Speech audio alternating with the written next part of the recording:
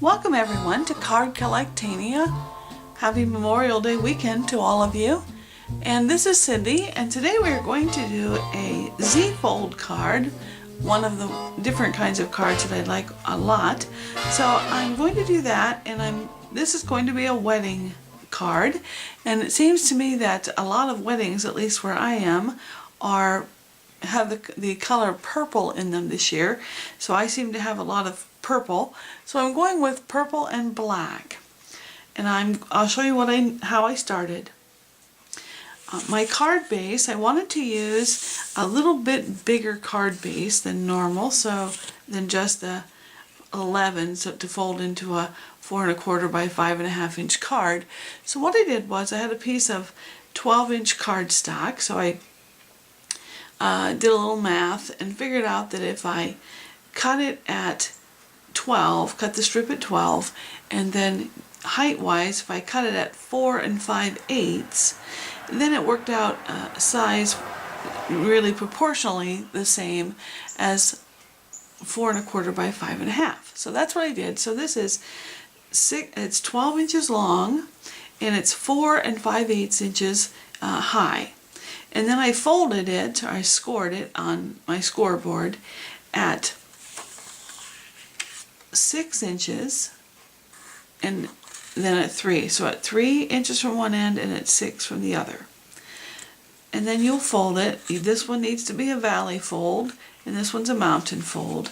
And when you get all finished, it looks like this. So it's just a little taller and longer than the dimensions of a 4 1/4 by 5 1/2 inch card, but it's dimensionally the same. So then I wanted to add black. Since I was working with a white card, I wanted to add some black. And this mat I cut a 1/4 inch smaller in each direction. So this one is 5 3/4 by 4 3/8. 5 3/4, 4 3/8. And so then I cut 2 smaller mats for each of the smaller sections here. And this black mat is again 4 3/8 this direction, but since this is a 3-inch section, this is 2 3/4. 4 3/8, 2 3/4, and then there's another piece there as well, and I'll show you that in a moment. And this is just basic black cardstock. I got it from Hobby Lobby. This is another piece from Hobby Lobby, and this is a purple paper with a white paisley on it. And this one I wanted just a small bit of that black to show through. So I cut this mat at 1/8 of an inch less than the black that it's on top of.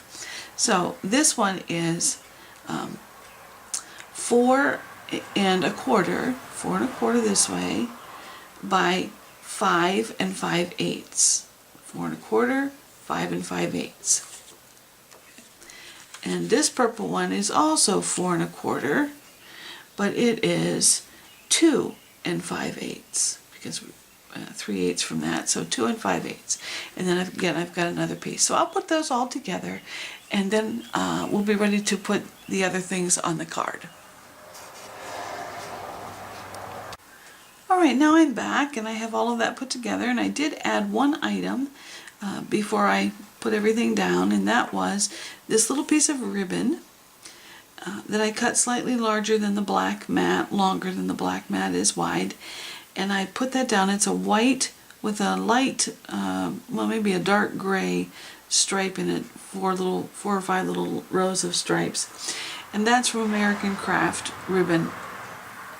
So I put that down, and now the card is all ready to go. The ribbon is just on the front section, and now I'm ready to add what I'm going to the front of the card. I started with a frame from Elegant Edges. If you watch many of these videos, you know that that's one of my favorites, and probably you're not surprised that I'm using this.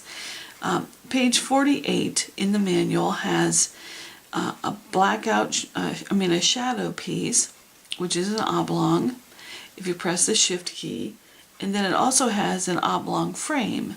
And so that's what I used. I cut everything at 2 3/4. I used the frame piece, the frame here, to cut out of the purple, and then the shadow piece I cut out of black. So when I had those together, or was ready to put them together, had them cut, I went to my computer and printed out a line of poetry by the poet Christopher Marlowe. And the first line of the poem begins, "Come live with me and be my love."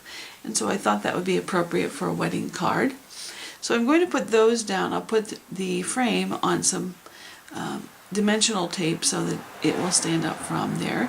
I'll do that in a moment. And then I have a few other things that I want to add. One of them is a sentiment that I just stamped with a stamp that I got from Joann's, and it says, "On your wedding day," and I will put that over here.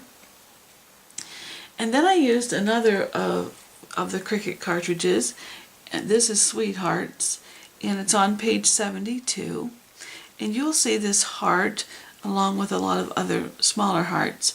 I used the single one, and I cut it. I didn't want all those little holes in there because I knew that a heart that small would be really hard to deal with all those holes. So I cut it in the blackout format here, and I cut the heart out of black and out of purple. And again, that's page 72 in the manual. So what I ended up with, I cut the shadow out of black and the heart itself out of purple. And I used, this is a 1 1¼ inch heart, and this is a 1½ inch heart, both with the shadows. I'm going to put those together, and then I wanted to add a little bit of bling, so I cut that same heart from the purple, only I cut it in black, and I cut them smaller, cut them 3 times, because I've got 2 that are the smaller and 1 that's the larger. So I cut each of these. This larger black one is 3/4 inch, and this one is 1/2 inch, and then I had some heart sequins or sticky gems that I put on top of those. So when I get this all assembled, it will look like this.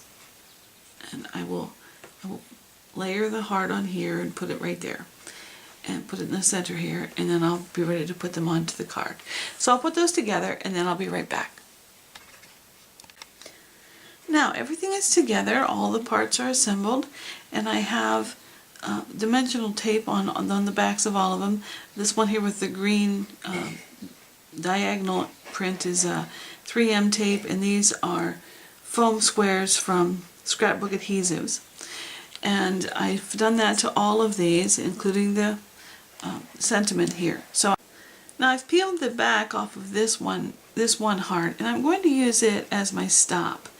And I'm going to put it right here. I've got foam tape on the back, so when I get it in place, I just need a little bit of it to hold the card into place, and not too much because then it's hard to open. But that's fine. That works well, and you can get it in and out without a problem.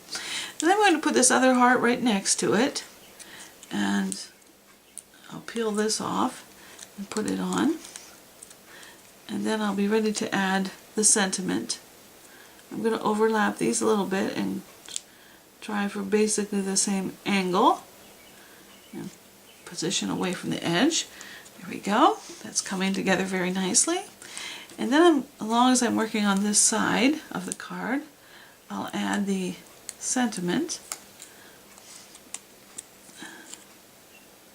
And before I stick that down, I want to get this one ready too, because I'm going to layer the heart on top of the sentiment a bit.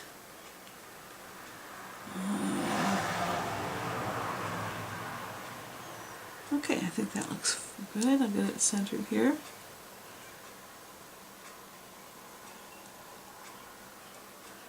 And this just says on your wedding day. And then this one I'm going to put just touching that. I'm going to tip it a little bit this direction. Okay, now all of the things are up away from the card, and that looks good. Now I just need to add my Marlowe saying. Very nice.